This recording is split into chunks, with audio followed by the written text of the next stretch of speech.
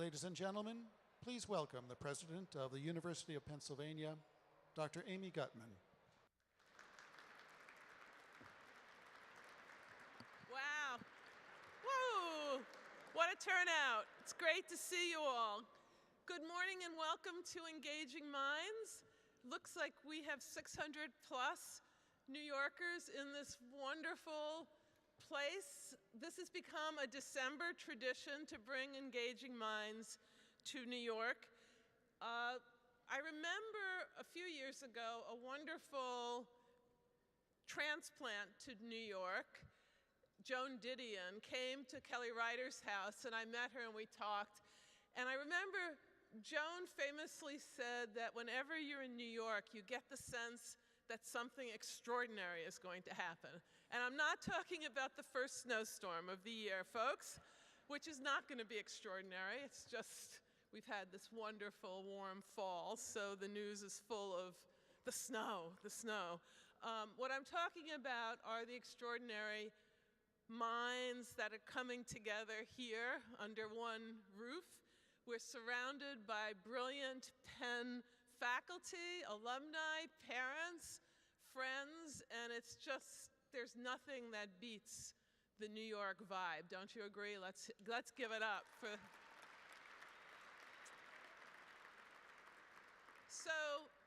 So it is really true that I and so many Penn people come to New York to be at the cutting edge, to build a better, more prosperous world using the latest insights and discoveries, the latest advances in human knowledge, and that's what we're here to bring you today.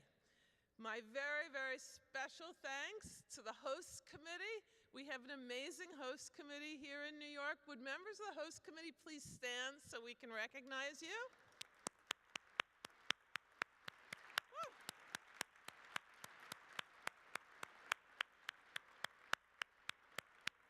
You can see why we get such a big turnout. If you take the host committee and you just bring their friends, their Penn friends here, you've got more people than we can fit in Cipriani. So there's also a very special group of people here today. I want to extend a special welcome to our current and former and incoming trustees. They number quite a few. So Alan Bell, would you please stand up? Alan Bell, Susanna Lax, Don Pye, Michael Price, Ann Reese, Robert Stavis, Susan Taylor, and Jill Topkis-Weiss. Thank you.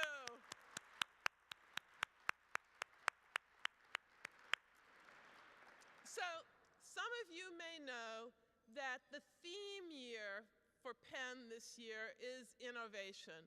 Now, of course, every year at Penn is about innovation. Our founding father was about innovation, but we chose to name this year the Year of Innovation for some special reasons, some of which we couldn't even predict at the time, but we knew that we were taking off with our Pennovation Center right across the river from our main campus, and we knew that we had amazing discoveries happening at Penn, and it was time really to highlight how important it is for Penn to really be at the forefront of innovation. Now, it turns out that after we announced the Year of Innovation, just days after the fall semester began, the Wall Street Journal featured a story about Penn, and it was one of those stories where the first paragraph was the kind of ad you can't pay for, right? And it began by saying, Ben Franklin created a university that was dedicated to teaching all things that are most ornamental, theoretical, and most useful. And then it went on to the sentence that we didn't pay for. Today, Penn lays claim to having incubated the world's single greatest cancer breakthrough. Now, the FDA had just announced the landmark approval of the first ever gene therapy for cancer, which was developed by Carl June and investigators at our Perelman School of Medicine and Children's Hospital of Philadelphia in collaboration with Novartis. This was an amazing moment, but it wasn't just a moment. This is going to usher in an era of cancer care, the likes of which the world has never known before. And that's one reason why this is most appropriately the year of innovation at Penn. Now, not long after, in fact, a week after that announcement, Reuters released its annual list identifying and ranking the educational institutions of the world doing the most to advance science, to invent new technologies, and to power new markets and industries. Those were their metrics. So Reuters started with the 600 most innovative institutions, colleges and universities from around the world, and it ranked the top 100. And I'm proud to tell you, if you haven't seen that list, that Reuters ranked Penn number 4 in the world. So, yeah. Only one Ivy League institution beat us, and we're close on its tails. What's at the core of innovation? So it's easy to say this, and it's much harder to recruit and retain these wonderful creative minds who cross traditional boundaries to discover ways of solving seemingly unsolvable problems. Every day, across Penn, some of the world's greatest faculty members are at work. And now, it's not just me saying it, it's Reuters, it's the Wall Street Journal, it's the New York Times. Wherever you look, you will see Penn faculty being featured for amazing discoveries in the arts and the humanities, in the social sciences, science and technology, in medicine, nursing, you name it. And the world not only of human care, but of animal care. Penn Vet is on the forefront of the One Health movement. Our faculty break new ground, they expand the visions also of some of the best and brightest students the world over. So they're not only great discoverers, great researchers, great minds, they're also phenomenal and phenomenally dedicated teachers. And some of you who have students who are at Penn can testify to that. So we're very pleased, in short, we are very pleased to bring the tiniest sampling of our amazing faculty here to you today. Tiniest in terms of numbers, but very large in terms of mind and influence and the amazing power of education. The three trailblazing innovators we have with us this morning work in wildly divergent fields, but they share one thing in common, a common goal. And it is the common goal that is at the heart of the Penn Compact.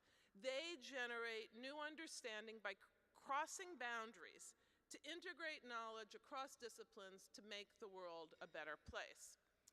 Now that's a very, very tall task, and these three faculty, you will see, are well up to succeeding. We'll hear first from Presidential Professor Jose Baumeister from our School of Nursing.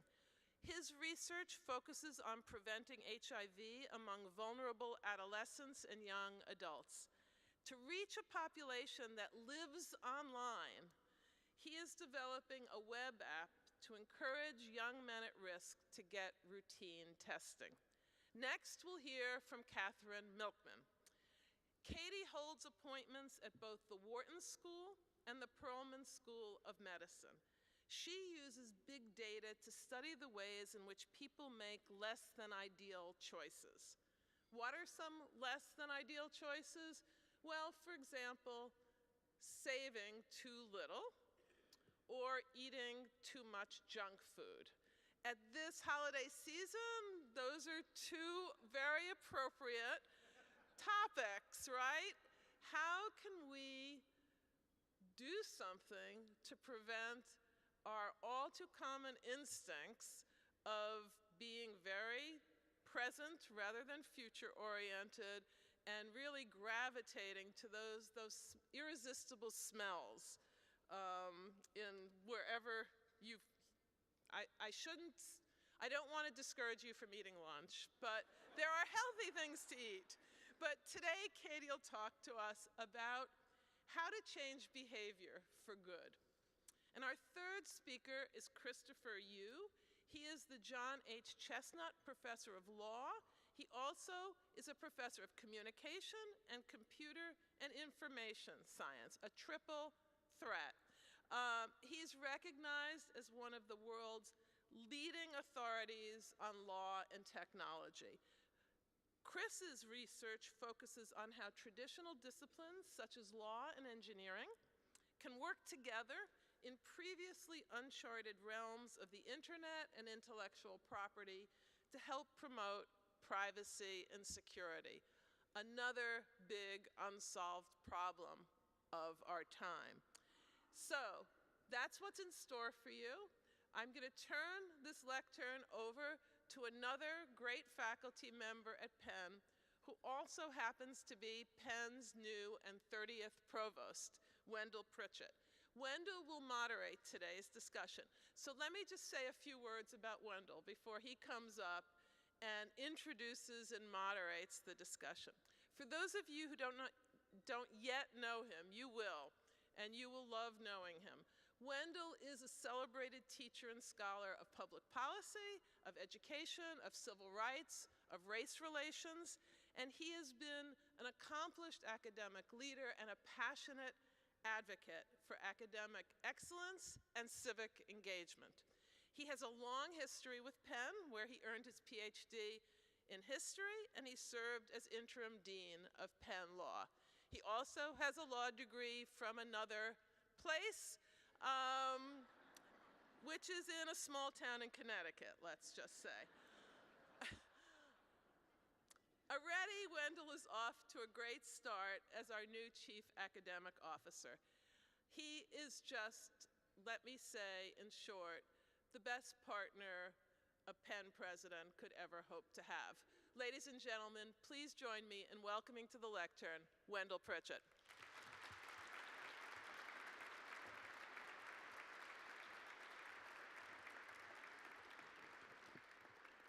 Good morning. Oh, we can do better than that. Good morning.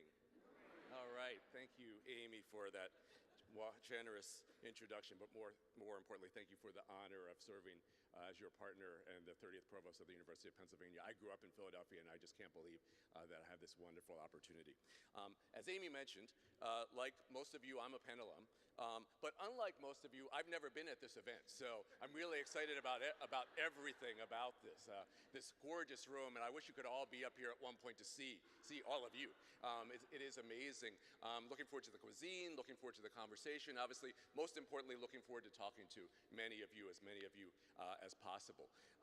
So, you know, I've heard, again, I'm new, that this is one of the best Penn traditions, and I'm told it's such a tradition that I wonder if there is or should be a burger on the menu of Cipriani. Now, I guess that Columbia probably wouldn't like that, but, you know, that's okay. I think we deserve that, though.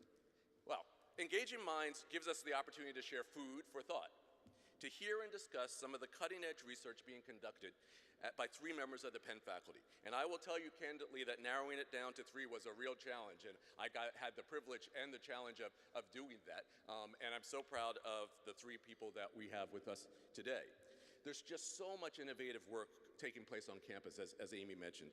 But we like to think about this program as a representative sample, showing you the depth of thought and analysis that make Penn the place you remember. And that place, as alumni, we all continue to be proud of.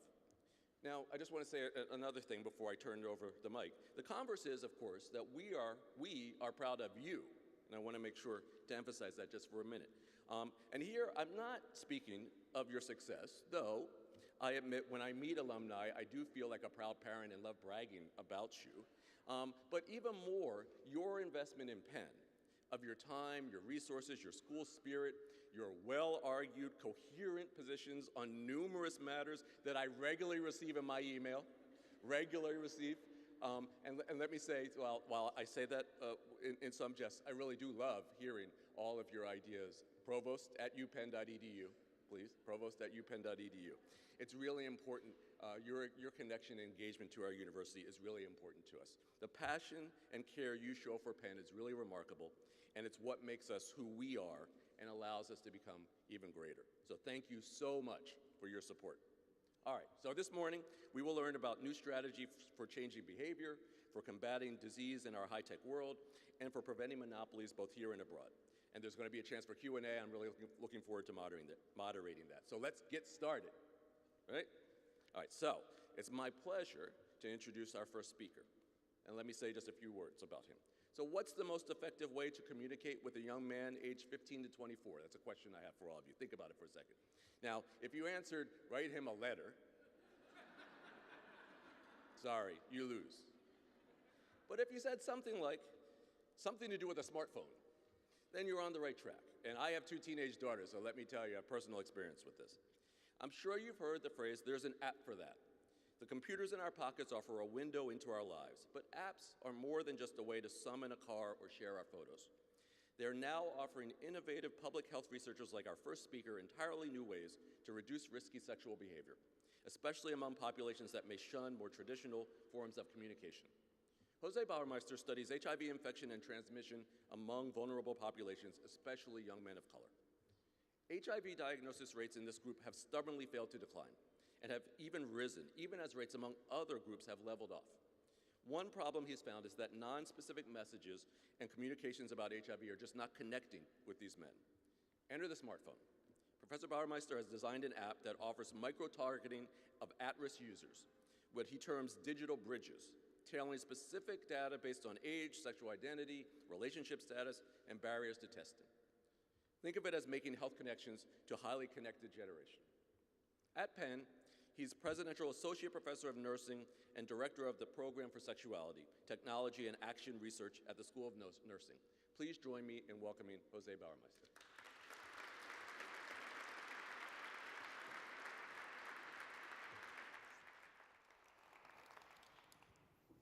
Good morning. Oh, come on. Buenos dias. Okay, there we go. This is a lecture, so I'll tell you the same warnings I tell my students. I think in Spanish. Spanish is my first language. I grew up in Puerto Rico.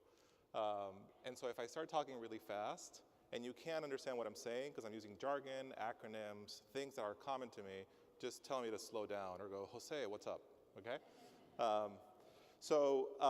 Before I get started in our talk, I just have to thank both the president and the provost for inviting me. A few years ago, my current dean, who was one of my mentors, said, why don't you come to Penn? And I was a faculty in a very important, not Ivy League, Midwestern, go blue, school. And I told her, I said, Tony, I can't imagine leaving. The idea of going somewhere where I can't make impact, innovation, and involvement of community partners really just turns me off from leaving. And then she said, have you read the Penn Compact? And I did, and it changed my life. So to Amy, thank you for that, and for Wendell, thank you for enacting it. The beauty of Penn is that I actually have my dream job. And so no panic, I'm talking to my bosses, in front of my bosses on my dream job. But today I wanted to share some really exciting work that we've been doing at Penn around how do we change the narrative about HIV with young people, okay? Just as a way of taking a moment, World AIDS Day was just last week, December 1st. There is somewhere between 65 to 88 million people who have been infected with the epidemic since its beginning in 1981. I grew up not knowing a world without HIV. And I've seen a lot of friends become infected, affected, and succumb to the epidemic. Now, there are 35 million, give or take, people who have died from the epidemic, and the world is changing. Technology is changing, both biomedically and behaviorally, and so we are really striving for a world where we cure AIDS and where we end HIV. Now, HIV is an interesting social disease, and I use that term purposefully. We would think that HIV gets spread in an even fashion, like you would think the flu or perhaps other infections, and in fact, that's not the case. HIV is a disease of inequality. So this is a map of the United States, most of it. Sorry, Alaska, sorry, Puerto Rico. Bad, Jose. But what you can see here in red, the deeper the red, is the greater number of prevalence of HIV in the country. And you can see that the coasts carry the greatest burden. They've carried that burden for 37 years now. But there's concentrations around counties that are living in poverty, counties where the majority of the population hasn't achieved a high school education. And in the work that I do, disparities in the context of LGBT people. So we know that Black and Latino young men who have sex with men carry the greatest burden of HIV in this country. Trans women carry a great burden in this country as well. So I'll be talking about that particular population today. Now, we have the ingredients to end the epidemic.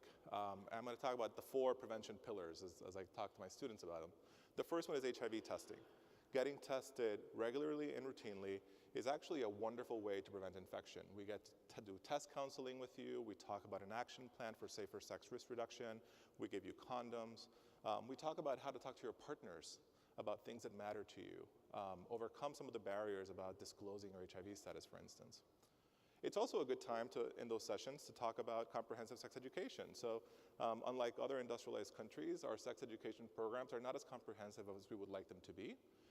And so it's a good moment to really think about what are some other needs that young people might have as they're growing up. Condom use remains a very important pillar of our work. Consistent condom use is crucial. And then there's this one extra key ingredient that was released by the FDA in 2012 called PrEP. How many of you have heard PrEP? Let me just raise a hand. Okay, so not that many. We have failed to talk about PrEP. PrEP stands for pre-exposure prophylaxis. It is a medication, HIV medication called Truvada, that was found to be efficacious in reducing HIV infections at 97% if taken daily. So think about HIV birth control.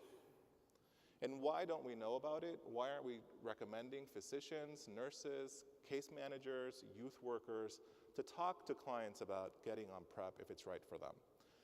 There are several other biotechnologies that I'm involved with that I'm not going to talk about during my talk, but you can ask me in the Q&A, that are really exciting, particularly in the context of female-driven empowerment through a vaginal ring. And we can, yeah, Q&A. Okay, so where does technology come in? We have an app for everything.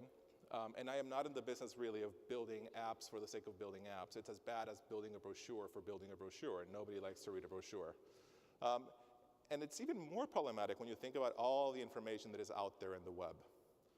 We need to find better ways of connecting the dots for young people whose attention span is way, way, way short.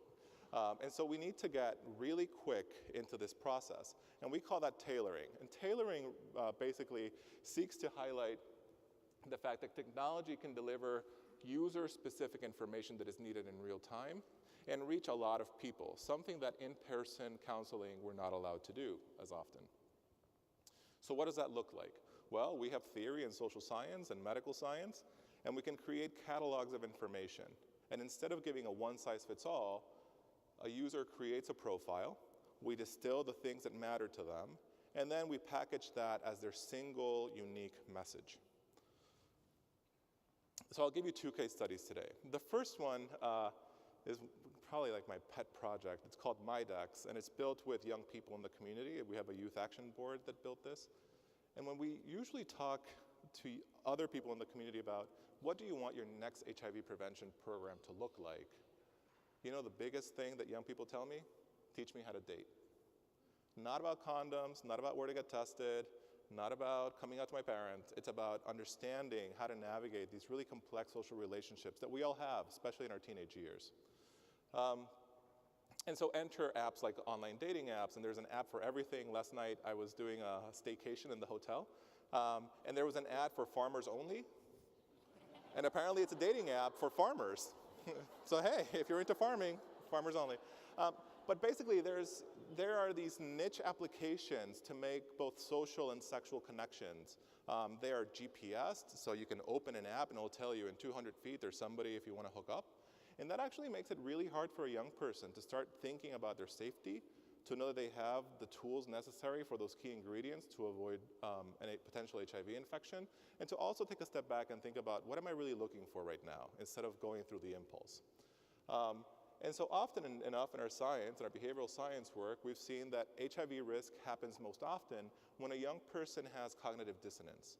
When this idea of, I want to fall in love, is a primary reason for why they're going on these apps, but instead of finding Mr. Right, they're finding Mr. Right now. And thus the behavioral script they're trying to use to negotiate condoms, HIV disclosure, and many other tools at our disposal actually goes by the wayside, right? I'll show you an example from one of our participants. This is a 23-year-old man who said, in the back of my head, I'm looking for someone, but sometimes I feel like if I don't hook up with people, I'm not going to meet anyone, especially in these chat rooms, because people are just there to hook up. So if I keep saying, oh, I don't want to hook up, I don't want to hook up, which is what we tell people, right? Reduce the number of partners, then I'm never going to meet anyone. No one's going to talk to me anyway.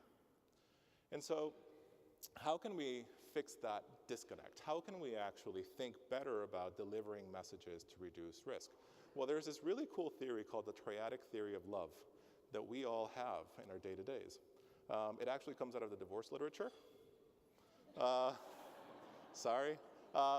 But basically, there's this theorist named Sternberg. He's a psychologist. And one of the things Sternberg found is that we all have mental models of who we're looking for.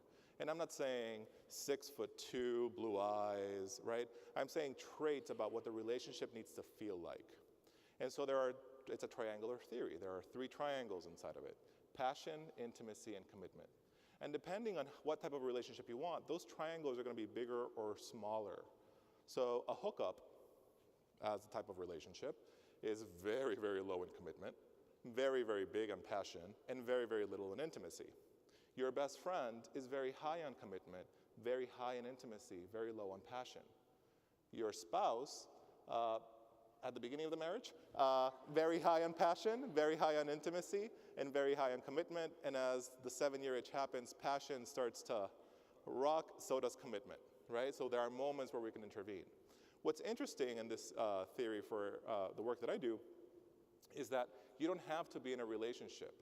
The ideation, the future thinking of what you're looking for is actually protective for safer sex behaviors. And so we've been building an app that's MyDex. And I have to tell you that, oh, you can't see it, but actually I can go back. Let me just, I have to do a shout out, otherwise I'll get in trouble. That's my spouse, who is a Penn alum, a Penn faculty member as well.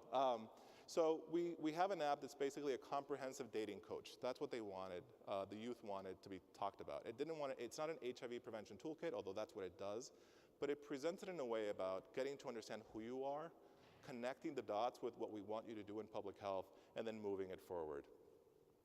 I'll walk you through an example. You can see catfish is really important, right? So online privacy, and we'll talk about privacy today, is one of the things we cover. I'll give you an example out of this secret formula that we teach them. So a user would see the content, and then they would fill out an activity. And so basically in this moment, this person is saying that it's not very important to find someone to rely on right now, right? So that's commitment.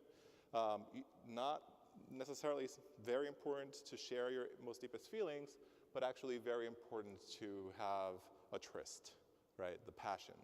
And so the app spews it back and says, well, you might think that you want a relationship, but what you're actually looking for is a hookup. Let's walk you through then the behavioral techniques you need to know, right? It's kind of like stop lying to yourself. It's a reflective mirror. And they can do this as many times as they want because our needs and wants change all the time. So what did we find? Folks who use the app compared to the control condition were 2 times more likely to test in the next 30 days for HIV, were more likely to use condoms consistently, were more likely to start negotiating and having conversations with their sexual partners about prevention, and were 3 times more likely at 90 days to have gotten on PrEP. We are starting to think about innovation. Do we want to do 5 more years of a clinical trial to scale this up? Or do we want to use the research kit, which Penn is actually part of the Apple Research Kit community, and just build an app that can be downloaded through the marketplace and moved forward? So stay tuned on that. I'll give you a second case study. So digital bridge between my wants and where I am. I'm going to give you an example about testing and where to go. So this project is called Get Connected. It was recently selected as a best practice by the Institute of Medicine for digital bridging between communities and health equity of color. So here's an example of Philadelphia, and these little dots are test locators. So we've spent millions, if not billions of dollars over the past 20 years or so, creating apps that tell the users, put in your zip code, will tell you what's near you, go get tested there. Now, that has worked to some extent. The problem is that for some reason, HIV testing has never received the same type of quality assurance evaluation than other medical testing or even the ratings of restaurants, right? Which New York, as you know, you basically look to see, is that an A or is that a D? So why have we followed this assumption that all HIV and STI sites are created equally, particularly when we think about young people who are coming in for the first time to get tested, and especially people of color or people who are gender diverse. So I had worked long and hard thinking, could I build a Yelp-like app? Could I basically have people rate their sites? And for both legal reasons and for scientific reasons, we decided not to do that. Turns out the people who go on Yelp tend to be people who are either really, really happy about the service or really, really unhappy about the service. There's no middle ground. And the language that Yelp gives you doesn't really tell you where to fix things. So early in my life, when I was young, single, and thin, I worked at a retail store, as most young people do. And one of the first things they tell you at this retail store is you're always nice to the customer, because you never know if there's going to be a mystery shopper sent by corporate to evaluate how the store is doing. And I said, why aren't we doing that for community-based agencies? And so we trained young people from the community to become secret shoppers. We trained them on what are the requirements by CDC processes for standardized testing and counseling. And then we had them go in random order to these sites. I'm going to show you data from Detroit today, although Philly is ending, I think, next week. So we'll have data in partnership with CHOP to show soon. And so you can see we look at all sorts of different aspects that we know matter in the quality of care. So what did we find? Out of 63 sites visited, only 60% of them had at least one event where the provider offered risk reduction options to the shopper. Missed opportunity one. Only 40%, close to 40%, had providers actually take a moment and say, is there anything about what we talked about today that you want to address a little bit more? Do you want to set some new safer sex goals? Missed opportunity number two. The part where it kind of breaks my heart as a prevention specialist is that only 20% of sites talked about condoms and lubricants. So here you are having people come to get tested, and you're not giving them the most effective, at least cost-effective mechanism we have to prevent HIV transmission. Sometimes stories say a better representation of what happens. So I'll read you one scenario that we saw. This is a user who went to a public health department in Southeast Michigan, and the story starts as this. Initially, the nurse practitioner appeared friendly and well-meaning. She told me about the different testing options and testing procedures that were available to me. When I refused to do the penal swab, she replied, quote, "Our clients don't have the option to pick and choose which test they can or cannot do. It's all or none here. If you don't do the penal swab, then I cannot offer you any other tests." It's actually not true, right? As a patient, you can actually just say, I'm not doing that test today, thanks. When I still refused, she replied that this was a simple, painless procedure and that it would take only a few seconds. She seemed almost disappointed that she had not intimidated me into doing the penal swab. Then she did the rapid test and did not explain anonymity or confidentiality. She asked me to wait outside and didn't do any more counseling for me. She seemed really disappointed that my results were not what she expected. She said, quote, "With your history, I was certain you'd be positive, but you seem to be negative, and I'm going to give you some condoms, use them every time for sex." And they came in this paper bag that said the no-nonsense kit. And so this is a young person of color going into a very scary place, right? A public health department for somebody who's 18, 20 is not going to the mall. And this is the first experience this person has. And if you think about national campaigns from CDC and other institutions, the onus is always on the young person. Be responsible, get tested. Why aren't you testing more regularly? Well, when this is the experience, why would we ask young people to go back there? So he concludes his debriefing with us and said, overall, this was the worst testing site where my autonomy was taken away and I was denied services because I refused to toe the line. This is a site that should be avoided for its unethical approaches and for being unapproachable to clients. This is definitely a site that should be avoided in its entirety. So it doesn't take a big rubric to tell you what grade we gave this site, right? It's enough. And so when we started thinking about apps, we have to be really mindful about the digital bridge. Like, where are we sending people to get tested? And so I found this app and I found this ad and I found it pretty hilarious. You have a killer app, what's yours? And the person says a talented workforce. So the app cannot exist in a vacuum. The app has to be embedded in community. And we need to create systems for those things to connect. So how did we do that? We built an app. It's a one-time intervention, so you can come in as many times as you want, called Get Connected. It walks people through their motivations for testing, challenges they might have, concerns that they might express, and gives them kind of real-time information. And then it starts giving them testing center information. You can text the site or email the site. It gives you characteristics of what they offer there. And it also, once you get that information in, it actually gives you 6 questions you can ask your test counselor. So if you get a really bad test counselor, you can take over, basically, and start asking questions yourself with your phone. We found more testing among those who used Get Connected compared to a control condition, more persuasive motivations to talk to partners about HIV and STI testing together, which is an option, and more economy, so success. But what do we do about testing site improvements? We really thought long and hard about this. This project has both community partners, clinicians, nurse practitioners, and youth. And so we looked at the data and we said, the app has to do something for the sites. So we went back to the sites and we said, you give test results, we're giving you your test results. And at first there was some apprehension about knowing that these issues were going on. So the example that I gave you, for instance, I met with a nurse practitioner and the clinic director, and she looked at the clinic director and said, I remember that case. We had just finished our monthly meeting and you told me that our numbers were down and that you were worried that we were going to lose the STI money. And so I took that to mean even if clinically it wasn't necessary to do this test, I needed to play the numbers game. So I started testing people even if clinically they didn't need that, right? So we worked through that conversation through technical assistance.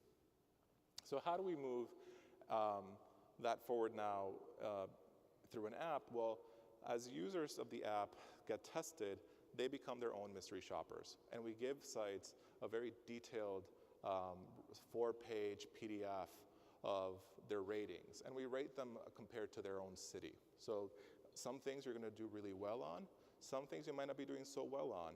In Michigan, we actually took this as a moment to say the State Department's not going to see this, nor is the Health Department. No one's going to know what site scores except for us in our application. But we want to help you do better. So if the next time this Health Department says, we have a call for grants, tell them that we went to your site and did a quality assurance evaluation, and we found that you're actually really great around medical form inclusivity in the clinic environment, but you need a little bit more work on safer sex education. And so that's where you're going to put your money for this year's cycle to improve capacity of your staff. So I started with an app, and I would be remiss if I didn't talk about Steve Jobs as an innovator. Is there an app for that? I think yes. I think we can build as many apps as we want. But if you think about how many apps you yourself delete out of your phone on a daily basis, and you're like, oh my God, why did I ever open this app? We also have to make sure that these are apps that are being linked to people's lives. I had a different image for this as I was preparing this talk that was a man with a snow shovel. And it's a dad talking to a kid, and the dad says, not everything has an app. And the son says, actually there might be, and one of my RAs, my research assistant, said actually there is an app where you can contract now someone to come like shovel the snow, and I was like, I can't use that slide anymore. So instead I'm using this one, which I think conveys the same message, which is in an era of connectivity, we want to be using these tools, but we also want to make sure that the tools we're using are supporting and strengthening human connection, whether it be one-to-one or one to an agency, in a way that actually builds society. So community engagement remains vital to this work. And so I'm not against building apps. I just want us to be more thoughtful and more inclusive of how we're building apps. Yeah, dream job. So Penn does this very, very well, so why I took the job. So if I had to give you a couple of takeaways, first, apps do seem to help young people learn how to reduce their risk. But in order for them to work and be successful, we actually have to involve them from the beginning. They help write the content with us. They help verify the assessments with us. They do the prototyping and the user journeys. They meet with designers and say, that color is terrible. Right? Whereas I'd be like, when that purple and Get Connected, I was like, purple, oh my God, who wants that? They outvoted me, and I had to respect it. And one of the big things that I hear from users is, I love the purple and the teal. So they're right. Technology has to be dynamic. We have to be responsive to those needs. And in so doing, we want to keep using theory, but we also want to make sure that youth are translating that theory with us. They're applying it with us. And we then have to think about a digitized society. What will that look like? And some of my colleagues today will talk about the perils and opportunities in that. So is there an app for that in the era of HIV prevention and digital era? Yes, and Penn is leading in it. Thank you.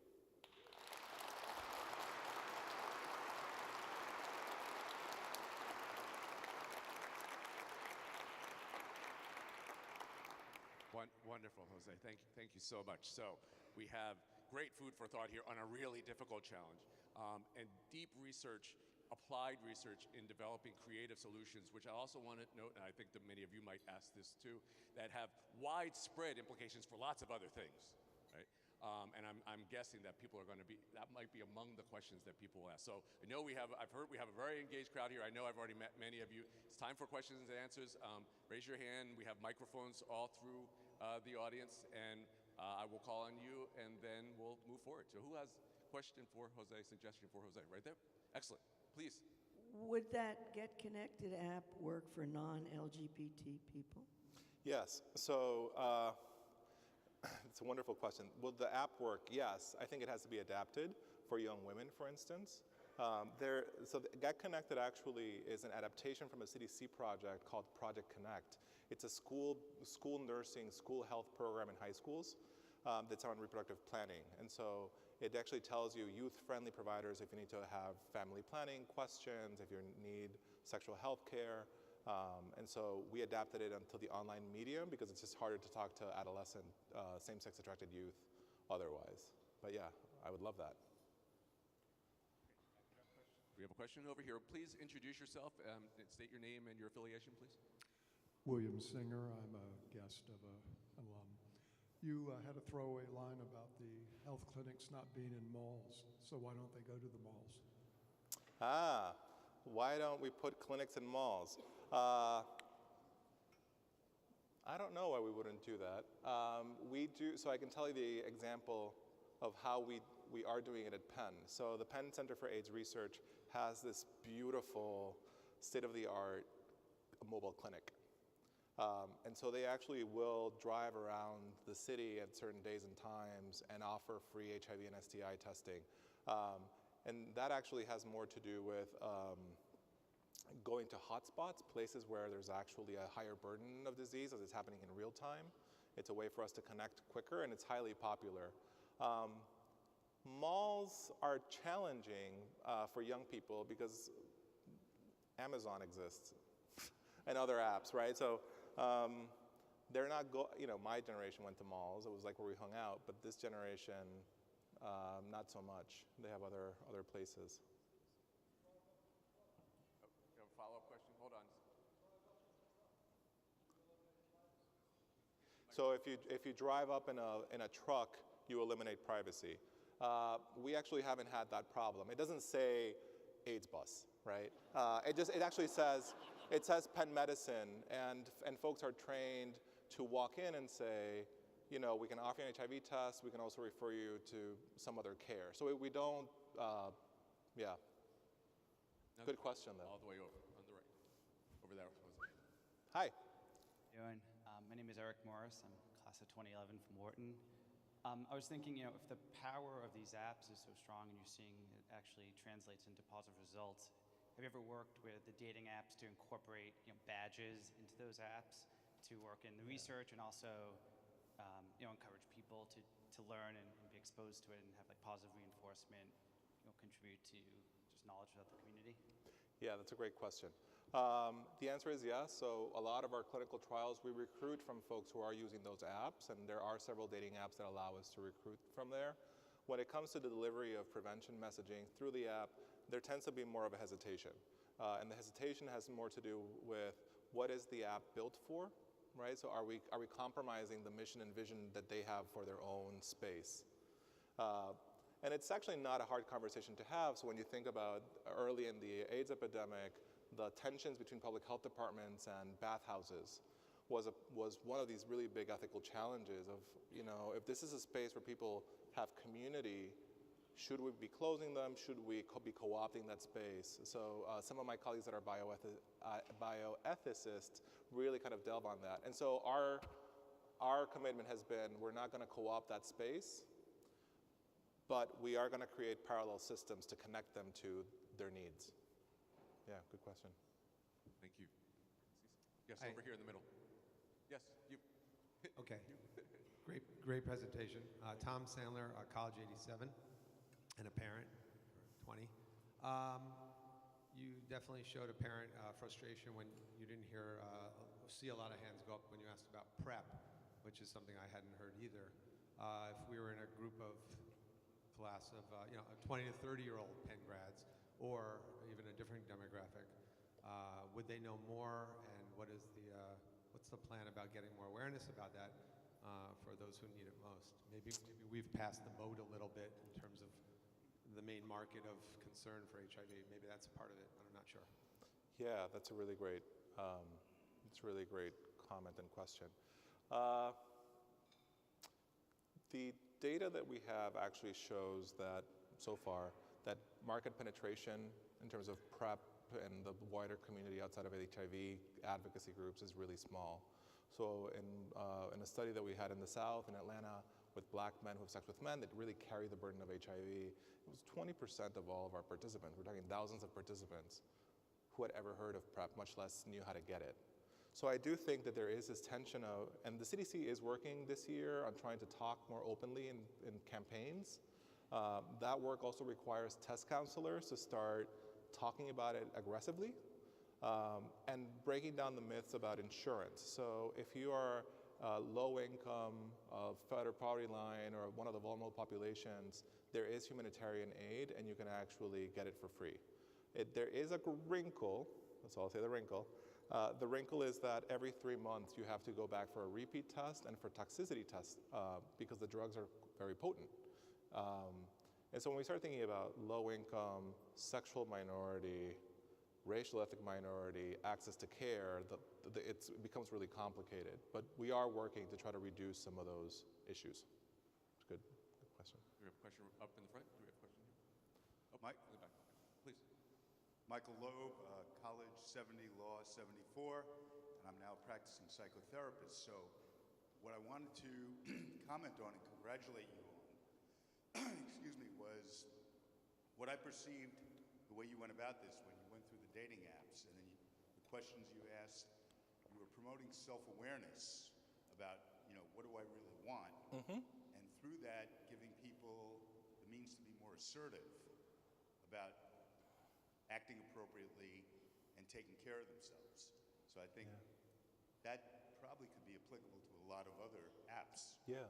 So thank you. And that's actually true. So there's, in the developmental psychology world, we think about future orientation. If a young person, let's think about an adolescent female, is able to think about who they want to be and feels that there's a way forward for her to become that person, we see immediate decreases in unintended pregnancies, school dropout. We see decreases in alcohol use, sexual risk behaviors, and so on and so forth. So future orientation is a really powerful thing. There's a caveat, and the caveat is that there has to be a way. So it's unfair, and I would even say unethical, to motivate young people to make better choices if the systems in which they live constrain them, right? So think about that HIV testing example.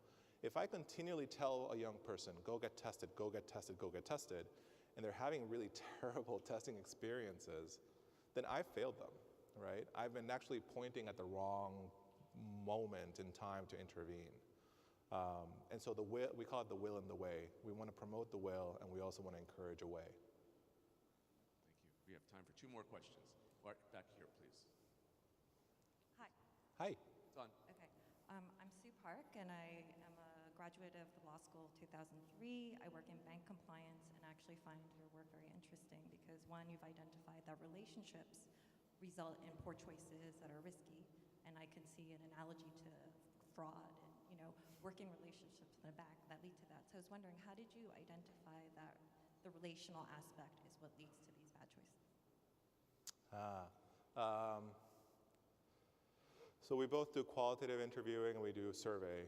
And in both, we start hearing narratives that point to relationship, either ideals or prior relationships. I'll give you an example. I interviewed this young man a few years ago for this project. We called it the Virtual Love Project. And he talked to us about his inability to fall in love, that nobody wanted him. And so sex was a way for him to make a connection, to force a connection. So if I hook up with all these people, my odds are now increasing. It was a behavioral economic mathematical model that actually, from a public health standpoint, is really problematic, and from a psychotherapy standpoint is extremely problematic because there were issues around his self-esteem and his internalized homonegativity that we needed to talk about. And that is the type of thing that in an HIV testing counseling session, a really careful test counselor can help start building seeds and referrals for support groups, for other people to revisit that schema. And we hear this a lot. I think the most common, I used to be a test counselor, I don't do that anymore because dream job. And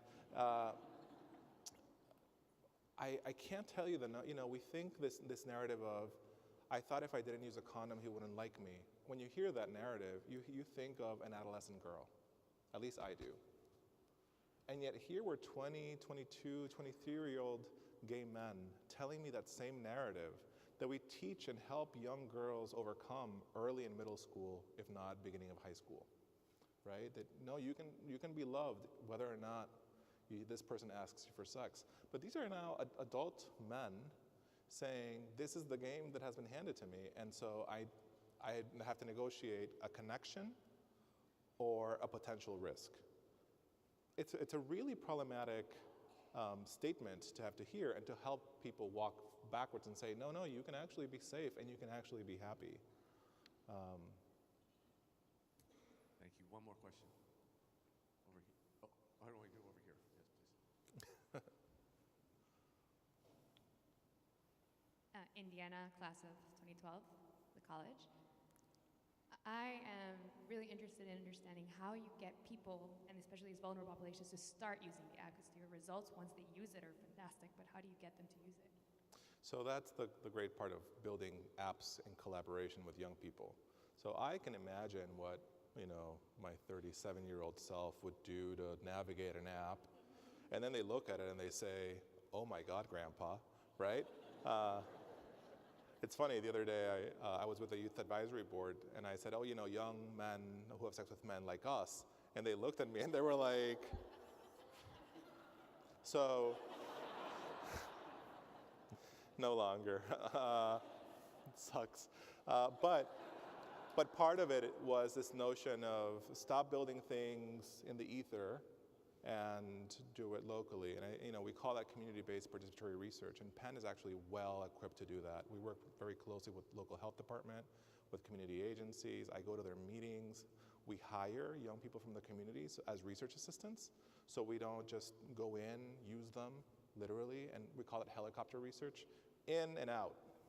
We actually build resumes for them. We do career coaching. We teach them how to think as an innovator. And it changes their lives. I can tell you the number of people who are able to then get a job after the project ends because they have Penn, or that Midwestern school that I mentioned, go Blue, in their resume, it opens new opportunities. And they may not be college grads, but they now know that a university vouched for them and that they have a reference that is legitimate. Yeah. Thank you, guys.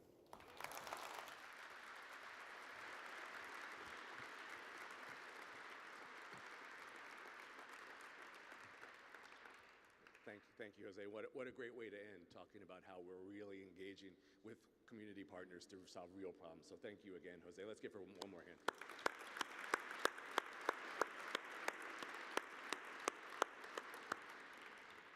So our next presenter, I think you're going to see lots of interesting, fascinating connections, but differences. And so let me introduce her very, very briefly. What's the most cost-effective way to encourage someone to do something they may be reluctant to do? Again, the theme for the morning. Let's take a flu shot for a quick example. Hopefully you've all gotten your flu shots if you can. We could fund a large public health campaign informing people how critically important a flu shot is, which we do. It's expensive, and they will probably ignore it, which we know at this point. We could pay them, say $25. That sounds like it would be more effective, and it is, but of course that's really expensive, more than the flu shot. Finally, we could try what's called a nudge. You're all familiar with that term at this point. We could send an email asking them to add to their calendar the date and time they plan to get their flu shot. As our second speaker this morning has found, such nudges are not only more effective than traditional methods of intervention, they are also much cheaper. So essentially a win-win. Catherine Milkman studies decision-making and behavioral science and looks for ways to improve outcomes using a combination of big data and field research. She asks, how do we get people to make choices in their and society's best interests? Essentially, how do we balance our wants with our shoulds? The flu vaccine as an experiment is one example of her work, but her research is much broader, as you're going to see, and has significant implications for many areas of human behavior, all human areas of human behavior, everything from saving for retirement to exercising regularly. At Penn, she is the Associate Professor of Operations, Information, and Decisions at the Wharton School. She also holds the Evan C. Thompson Endowed Chair for Excellence in Teaching, because she is an amazing teacher. Please join me in welcoming Catherine Milkman. Thank you. Thanks so much. I also want to thank both Wendell and Amy for bringing us all together here today, for their amazing support of the work that we're all doing. So we're so grateful for their leadership. And wow, what an incredibly tough act to follow. That was just an extraordinary first presentation.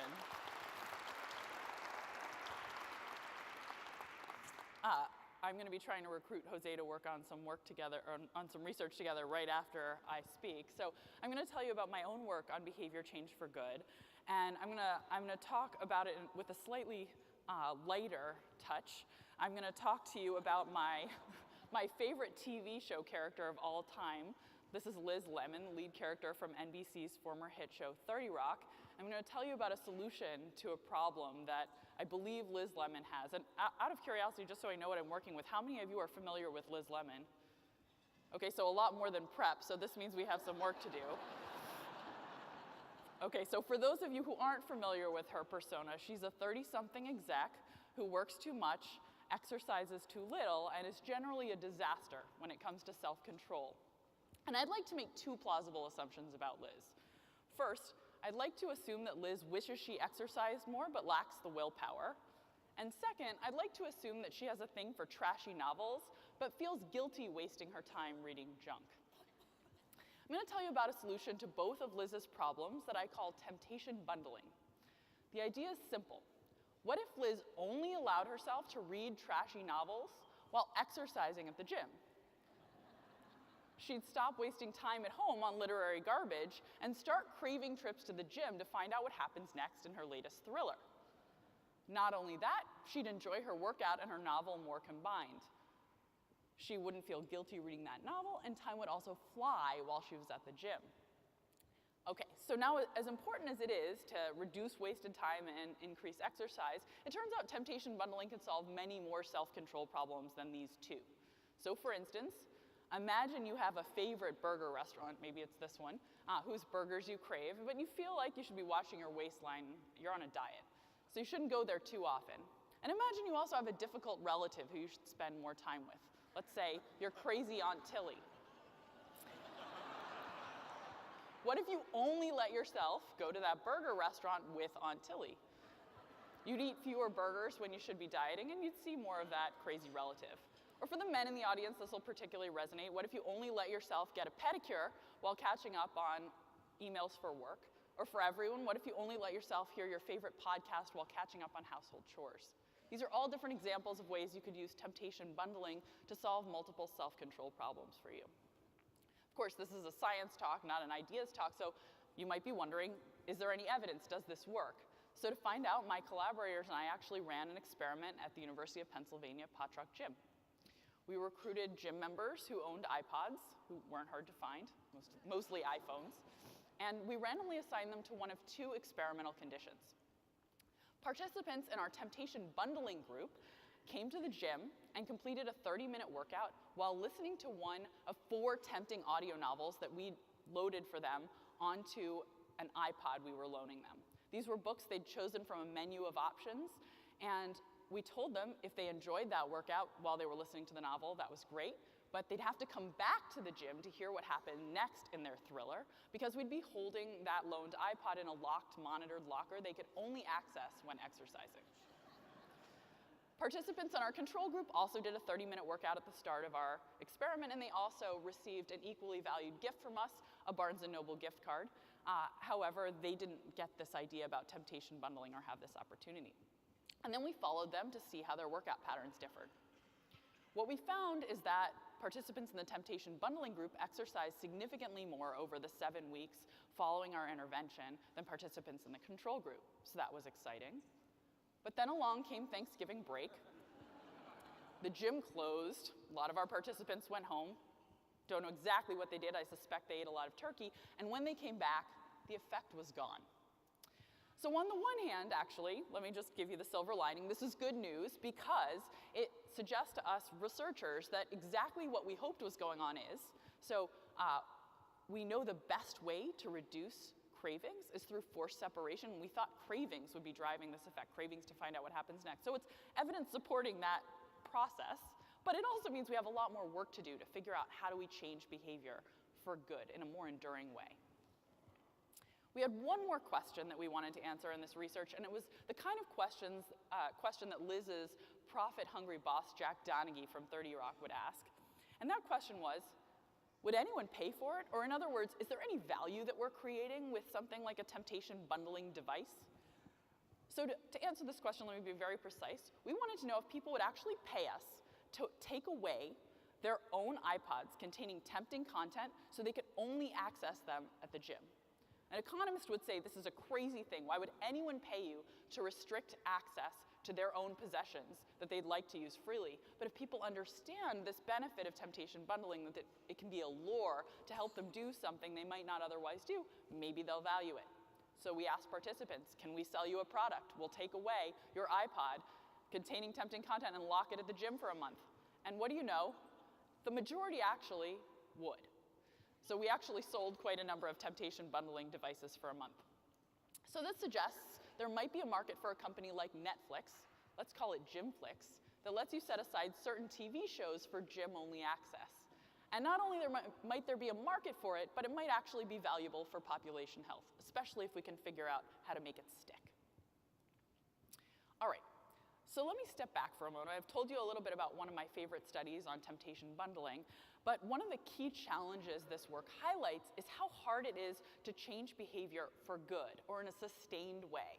How do we actually build lasting habits when we're trying to get people to kickstart changes in their lives around health or around any other behavior? And that's something that really motivates a lot of my work. And I want to tell you another story to motivate a study we did to try to get at that question. Here I'm going to use Liz Lemon again, my favorite character, and her eccentric colleague Jenna. And I want you to imagine something, again, hopefully plausible with me for a moment, which is that both of them want to kickstart a new exercise habit. And to do this, imagine they both sign up for a month of personal training sessions at their gym. Imagine that both of them end up arbitrarily with personal trainers who have different philosophies about the best way to use this month of sessions to kickstart a lasting habit. Let's imagine that Jenna's personal trainer believes that routinization is the key to success. Her personal trainer says, hey, Jenna, what time do you prefer to work out? And Jenna says, 7 a.m. And her trainer says, great, we're going to meet 3 times a week for the next month at 7 a.m., always at the same time. And by the end of this month of personal training sessions, you will have built a lasting habit that will sustain you, and you'll keep exercising. Liz's trainer, on the other hand, has a different philosophy. Liz's trainer thinks the key to building a lasting habit is to teach flexibility. So her trainer also asks her when she prefers to work out. Let's say she also says 7 a.m., but her trainer says, sometimes we'll meet at 7 a.m., but the key is actually going to be to learn to be flexible and roll with the punches. And so sometimes we'll meet at 7, but we're also going to meet at other times. So by the end of this month, you'll have learned how to work around whatever obstacles life throws at you and get to the gym reliably 3 times a week. Okay, so the question is this. Which of their personal trainers is right? Who will have a more lasting habit that carries them forward? Will it be routine Jenna or flexible Liz? And I'm going to show you the answer in a moment, but I'm curious what you guys think. So I'm going to take a poll. How many of you think it'll be routine Jenna? All right, and how many think flexible Liz? All right, I think it's like 2/3 routine, 1/3 flexibility. So I did an okay job building tension and building surprise. All right, I expected it to be all about routines. Let me tell you about some research that actually Wendell introduced in his very kind remarks about me that led me to think this might be the cure. We've done some work showing that if you insert a simple prompt in a reminder mailing encouraging people to get a flu shot, asking them to just think through a concrete date and time when they intended to get a flu shot, that significantly boosts follow-through. And the reason it does that, these are not appointment cards, you're not mailing them back to anyone, we're just inserting a little ask to think through the date and time you'll follow through. And what that does is it gets people to think about this and embed plans more firmly in memory. It also helps them think through obstacles so that they can work around those. And it serves as a cue or a reminder at that time, maybe they put it in their calendar. And it creates a commitment. So now if you procrastinate on getting that flu shot, you're putting off something that you actually said you'd do rather than a vague intention. So in a randomized controlled trial where we tried standard reminders versus these simple planning prompt reminders, we found a significant boost in vaccination rates. And we actually extended this work and looked to see whether we could use similar planning prompt mailings to increase rates of colonoscopy among people who were overdue for them, and we found that that worked. So I thought maybe we can use the same psychology around building a stable plan and a stable routine to create long-term behavior change. So to test this, we ran a large experiment at a Fortune 500 company. We recruited thousands of employees who wanted to exercise more into a 4-week program to kickstart an exercise habit. That's exactly how we marketed it. And everybody who signed up for the program told us the 2-hour window when they preferred to work out each day, and everyone started receiving daily workout reminders 15 minutes before that time. But then we ran a randomized controlled trial. So of the 2,500 employees in the study, some of them were assigned to a control condition, and all that happened was what I just told you. They signed up, they chose their workout times, they got reminders. That was it. Some of them were essentially given Liz Lemon's flexible trainer. So these folks were paid either $3 or $7, coin flip determined it, for every workout, regardless of when it happened, for the period of the study, the 28 days. Another group got Jenna's trainer.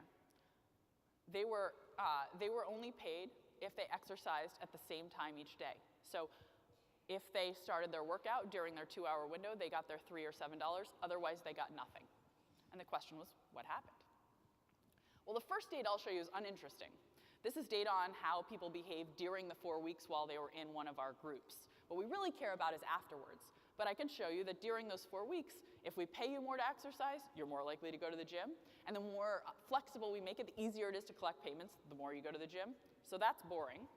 What we care about is zooming in on 2 groups of people. I'll zoom in here. Both of whom went to the gym roughly the same amount during these 4 weeks, but one of whom's always going at the same time, and the other is going at all different times and building that flexibility. And the question is, what happens after the program ends? Who goes to the gym more afterwards? Who builds a more stable habit or routine? And much to our surprise, and to the surprise of 2/3 of the audience, we actually found it was exactly the people who learned flexibility. So you can see them pulling away here, and that's the key result. And when we dug into the data and said, what's going on, here's what we learned. It turned out that just as we suspected, having people build that stable exercise routine did lead to more gym visits during a planned time. But the people who were in that routine group, if they didn't make it to the gym at their planned time, they didn't go at all. The people who had been in the flexible group, they learned to roll with the punches and to show up at the gym whether or not they could make it at their scheduled workout. And that turned out to be more important for building long-term habits. All right. So I've told you a little bit about temptation bundling. I've told you about the power of planning, but also about the power of flexibility. And I gave a presentation where I shared some of these insights at a large company in front of their HR division a few years ago, and I got a great question.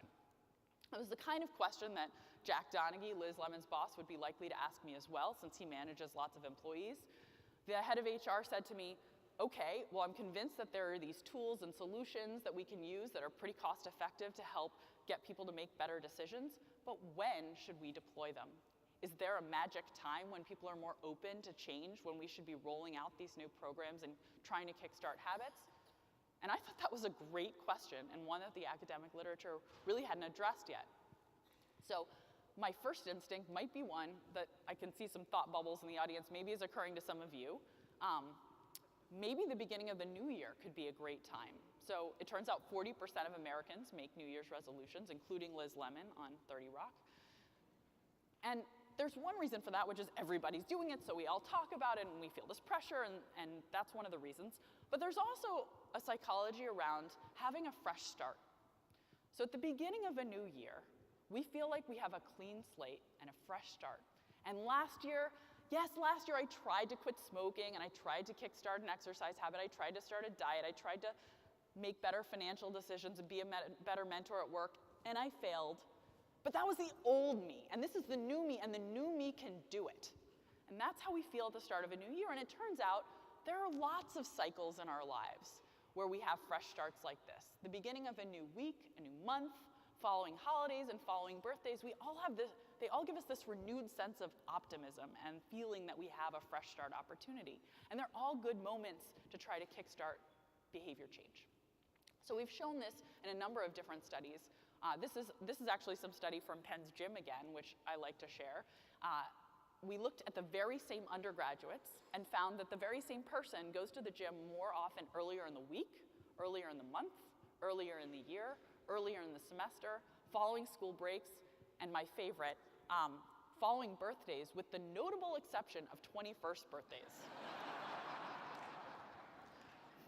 You can all speculate why that might be the case. We also see this when we look at when people search for the term diet on Google. They search more at the start of a new week, month, year, following holidays, particularly holidays that feel like fresh starts. And we also see it when we look at when people create goals on goal-setting websites. And we see spikes in goal setting at the start of a new week, month, year, following holidays and following birthdays. And it's not just health-related goals. We see this when we look at financial goals. We see this when we look at educational goals. We see it when we look at environmental goals. Any kind of goal, we see the same pattern. So it's not a health effect. So we wanted to use this to do some good. And we actually stepped away from the health setting to do it. We said, can we use this insight to kickstart savings? So I want you to imagine another scenario that seems plausible, which is, imagine Liz is turning 35 in 2 months, and she isn't saving yet for retirement. And her employer wants to kickstart some retirement savings. So we concocted an idea for a mailing that we thought might do some good. We invited people to check a box on a postcard that was pre-stamped and pre-addressed and sign your name, and we'd enroll you in your employer's 401k program if you weren't currently saving. But we invited you to either start contributing now, obviously that's the best scenario, or if you're not quite ready to commit to now, how about after an upcoming fresh start, like your next birthday? And we compared how effective that was to what seems like an identical message, now or in 2 months, which is when you happen to have a next birthday. And we randomly assigned about 2,000 people who weren't saving to get one of these messages. What we found is just that simple Fresh Start messaging led to a 33% increase in savings over the following 9 months, suggesting we're really onto something about the moments when people are more motivated and willing to make change in their lives. So everything I've talked to you about so far has been research I've already done. And I want to tell you in our last few minutes I have your attention, about some work that's ongoing with wonderful support from all of Penn, but Amy and Wendell in particular. And it's work focusing on this idea that we need to figure out ways to change behavior for good if we want to have a large social impact. And in particular, I want to emphasize how critical it is to think about the small daily decisions we all make that add up to have a huge impact on our lives, whether it's about what we eat or what we spend our money on, whether or not we exercise. These decisions have huge consequences, even though they seem small in the moment. And I think Aristotle actually put it best when he said, "We are what we repeatedly do." Excellence, then, is not an act, but a habit. So if we can harness an understanding of habit and kickstart good ones, maybe we can really have a major, major impact on the world. To highlight that, let me give you a few statistics that I find kind of mind-boggling. It turns out that 40% of premature deaths in the US are the result of behaviors that could be changed. So if we could get everyone to exercise regularly, eat a healthy diet, quit smoking, and get recommended cancer screenings, that alone would lead to an elimination of 850,000 unnecessary premature deaths in the US each year. In the domain of savings, there's a huge opportunity as well. Of course, there are many, many factors that lead to this startling statistic that 1 in 3 families has no savings at all. Poverty will make this impossible to change in some cases without major structural shifts, but there are also really promising results suggesting we can make a dent in this just by helping people make better daily financial decisions in some cases. There's also an opportunity when it comes to education that we see. Again, 1 in 4 students never earn their high school diploma, and while some things are structural, there's also research showing that just by changing motivation in some cases and kickstarting different habits, we have the potential to make a real dent here. So seeing all of these opportunities, I've actually teamed up with an amazing faculty member in the Penn Psychology Department, Angela Duckworth, and we're leading a new initiative called the Behavior Change for Good initiative that aims to bring the best scientists together to try to make a real impact on health, savings, and educational decisions by studying habit and how we can change habit. You may be asking, how do we begin? It's such a daunting challenge, and I've given you some results already from my own research that suggests that we have some hope of solving these problems, but there's also robust research out there suggesting 3 things that can robustly kickstart habits. One thing is repeatedly rewarding a desirable behavior for at least a month so that we can get people going, get them started at least. Helping people make concrete plans while building in flexibility, but helping them think through what do they intend to do and then reminding them to do it. And we did one pilot, actually also in the domain of exercise, where we showed this could really create lasting change. In just a 4-week program, building those elements in, when we let go and watched what happened over a 40-week follow-up period, while there's certainly fall-off, we see still differentiation and better habits and more exercise among people who received these small nudges for just a 4-week period, and it's a significant lasting effect on their lives. So let me tell you a little bit about the vision behind the Behavior Change for Good initiative and how we're hoping to bring this to scale. There are millions of people out there looking for ways to change their behavior for good, whether it's their savings behavior, their health behavior, their educational decisions. And there are large organizations that have the ability to reach these folks. I heard a question earlier from Wharton class of 2011 asking about bringing the ideas that Jose had presented to dating apps, and we're sort of using that same inspiration, if you will. We're trying to partner with the organizations that already have that broad reach to bring our ideas to large markets. Then there are all of these scientists out there, not just us. In fact, I'd say most of the other folks doing this, I'm much more inspired by their ideas. And we've built a team of 28 of the scientists we admire most who have great ideas about behavior change ready for testing at scale. And we've built a digital platform that these partners are recruiting hundreds of thousands of people to join that's based on the ideas and testing the ideas of these researchers. And then we'll get a daily data feed from these partners that allows us to see what's working, not only during our program, but afterwards. So I'll give you a quick case study. This winter, we'll be launching our first massive experiment with 24-Hour Fitness, which is the largest gym chain that's privately owned in the US, has 430 different gyms and 4 million members nationwide. They'll be marketing this aggressively to their members, a program built by these scientists, a 28-day program to help you kickstart a gym habit for free.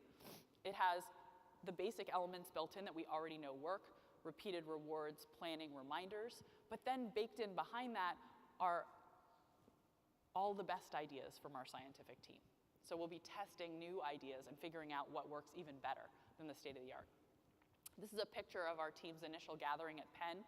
Our team of scientists includes 2 Nobel laureates, 4 MacArthur Genius Award members, psychologists, economists, neuroscientists, computer scientists, doctors. It's an extraordinary group of minds. We feel so lucky to be working with them, and they're all passionate about having social impact with their work on behavior change. We'll be testing, like a tournament, their best ideas. So different scientists have built in different strategies for trying to create lasting behavior change, and we'll be running 20 different experiments this year in gyms, and also another 5 experiments are in queue for schools, and then we'll build on what we learn and figure out what works best. If you're excited about these ideas, you can tell I am, and you want to learn more, we've been incredibly lucky to attract the attention of the Freakonomics podcast. And so they're actually doing an unprecedented multi-part series covering the work we're doing here to change behavior for good. There's 2 episodes out already if you want to hear about the start of the adventure, but if you want to follow what happens next, you can simply keep track of us through the Freakonomics podcast. And I'll leave you with 2 thoughts. One, there's big risk. We don't know if we'll make the dent in behavior that we hope to, but we're very optimistic. But then let me give you the hopeful message that I think is put better by Stephen Dubner, the host of the Freakonomics radio series, who's, I think, far more articulate than I am. And I'll leave you with his words about why he sees promise in this opportunity. Stephen says, the proposal is categorically different in its desire to attack a problem way back at its root. Think about the difference between a medical treatment and a vaccine. Once you're already sick, you're grateful for the treatment, but how much better would it be to have never gotten sick? If behavior change is indeed at the root of all the suboptimal, self-sabotaging decisions that we humans make, wouldn't it make sense to start there? Thank you.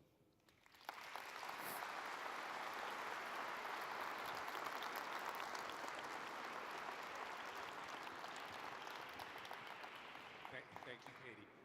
Thank you, Katie, for that great presentation and really inspirational work. I know we're going to have lots of questions, so we'll get right into it. See one back there. Thank you very much. My name is Nadia Pinavaya. I'm a guest. I'm not a Penn alum. I'm from England. I had a question for you. How do you think about behavior change of habit versus, for example, addiction? So let's take the example of smoking, where a positive outcome wouldn't just be I smoke less, it is I'm actually not I'm not smoking anymore. How would you tweak your approach, if at all, to address addiction? It's a fantastic question. So addiction and kickstarting a good habit have really different features. So you can see in temptation bundling, we're actually trying to use, in a sense, a non-clinical kind of addiction, cravings for good. But the thing about addiction is that you have to eliminate access to the stimulus for as long as possible in order to kill cravings. And you have to replace the desired stimulus with new things that fill that void. It is a very different problem than trying to kickstart something where you try to bring someone to it and get them to do it repeatedly. Instead, you're trying to stop them from doing it and replace it. So different approaches, I think, will be successful in different settings. There's a lot of common solutions. So one of the things I'll just mention that we're testing and that has proven effective in small studies is the power of mentoring.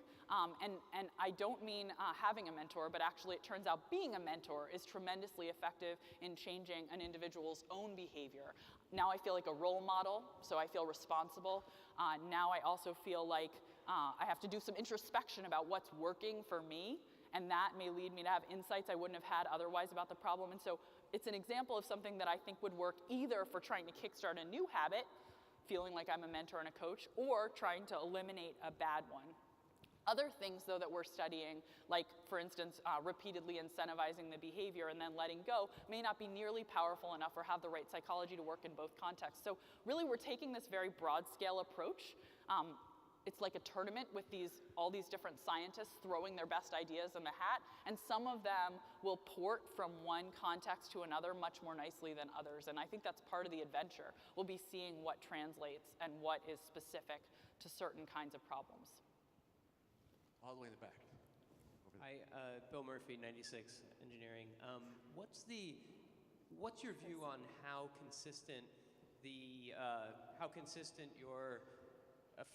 effect of your tests are across the audience, or do you think it really changes with different demographics, or is it like just a basic every human is wired the same? It's a fantastic question, and one of the things that I will tell you is that in the study that I presented, our pilot, which was about repeatedly rewarding exercise, providing planning, and also reminders, we were sort of shocked by how universal it was. So every slice of the data we cut, we saw the exact same results. Really remarkable lack of heterogeneity and how well it worked to just repeatedly encourage engagement in the behavior. So I do think that some of this is hardwired, some of the way to kickstart a habit. On the other hand, just as my answer to the first question, it'll depend on the approach, because we're using such an interdisciplinary team with such interdisciplinary ideas. Some of these things will certainly be more culturally sensitive than others. But what I hope is that we're going to come up with a core set of principles that are really fundamentally human. And given the past results from behavioral economics, which is the field I hail from, I'm very optimistic about our ability to find those common themes.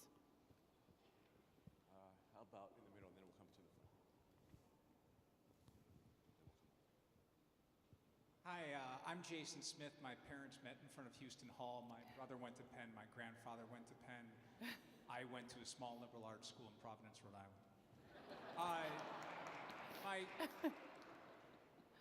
Go Bears.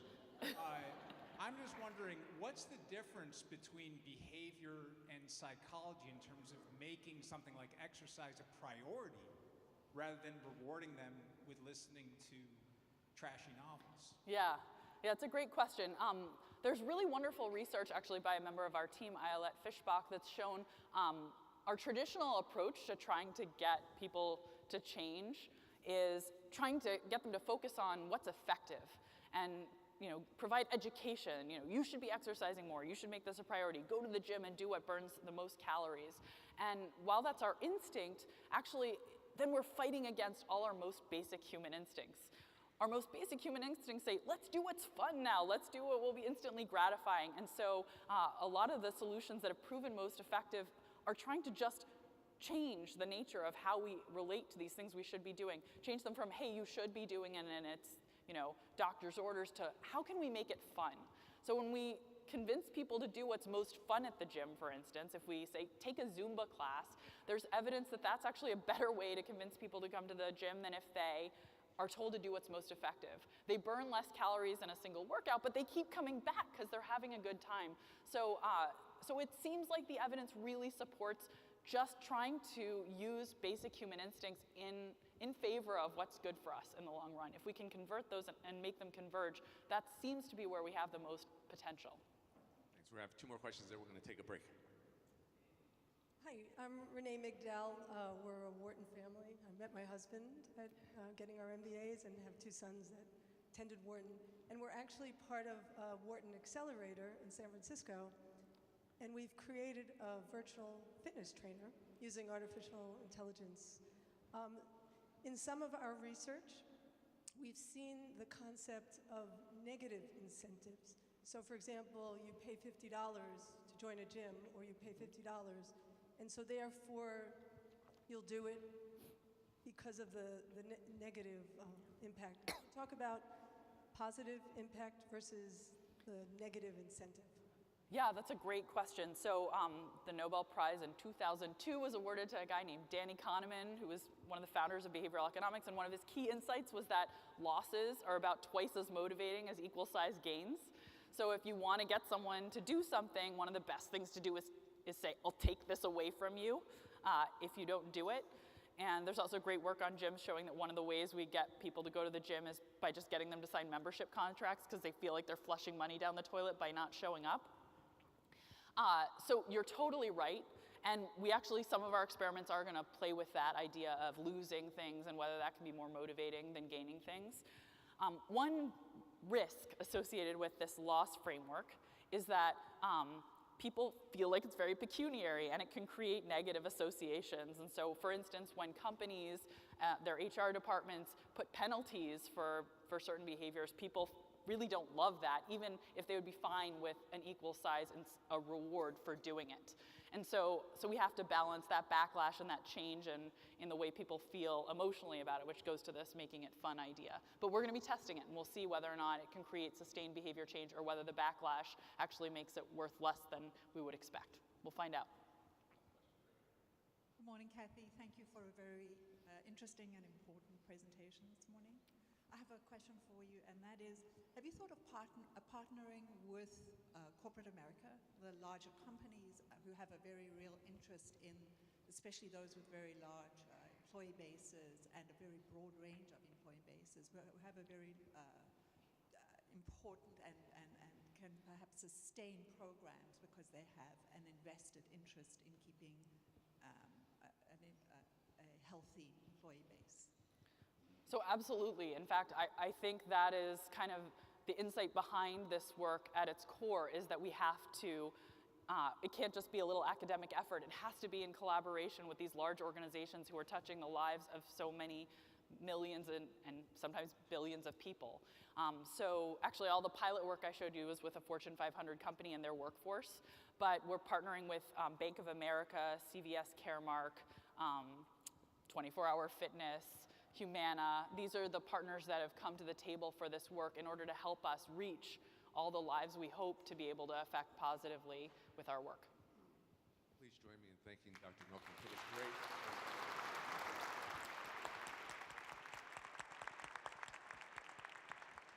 A really excellent example of transformative work. So we're going to take a little break now. Please get some food, and we'll be back in a few minutes.